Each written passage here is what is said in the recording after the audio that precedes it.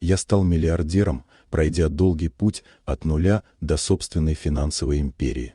Богатство научило меня видеть в людях прежде всего корысть, или, по крайней мере, я так думал. Чтобы убедиться в своих подозрениях, я придумал странный тест. Оставлял деньги на виду и наблюдал, как люди реагируют. В тот день я вернулся домой после тяжелых переговоров. На столике в гостиной оставил 500 000 рублей, специально и нарочито небрежно. Лег на диван, закрыл глаза и ждал. Скрытые камеры фиксировали каждое движение.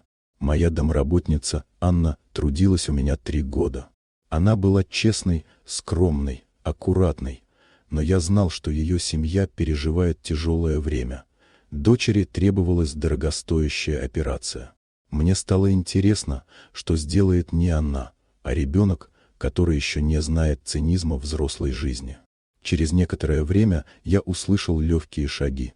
В комнату вошла Маша, 8-летняя, тихая, внимательная девочка. Она остановилась у столика, где лежали деньги, и несколько секунд стояла неподвижно.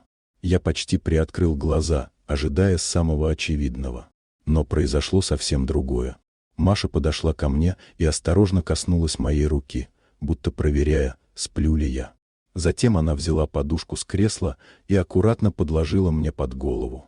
Отодвинула тяжелые шторы, чтобы солнце не светило в лицо. После этого сняла свою маленькую курточку и накрыла ею пачки денег. Она даже не посмотрела на купюры. Для нее важно было только одно — чтобы мне было удобно и чтобы деньги не увидели люди с улицы. Потрясенный, я услышал, как она на цыпочках вышла и тихо сказала матери на кухне: «Мама, дядя Виктор спит».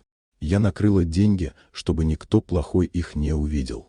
Анна только вздохнула и попросила дочь не трогать чужие вещи. Маша спокойно ответила. Она ничего не брала, только помогла. В тот момент мне стало стыдно так, как не было никогда. Я проверял ребенка на честность, а она проявила доброту, о которой я давно забыл. Я вышел к ним, держа в руках ее курточку.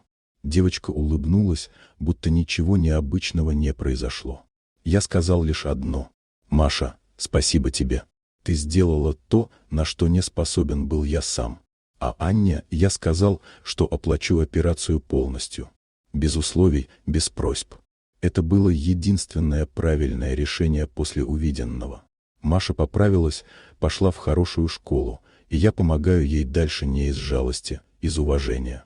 В память об этом дне я основал благотворительный фонд, назвав его «Машина доброта».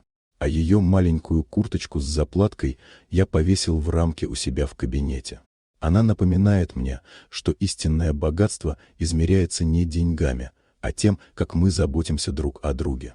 Иногда самые важные уроки преподают нам те, кого мы меньше всего подозреваем. И именно в тот день я понял, мой тест был не для Маши. Он был для меня. И провалил его я, не она.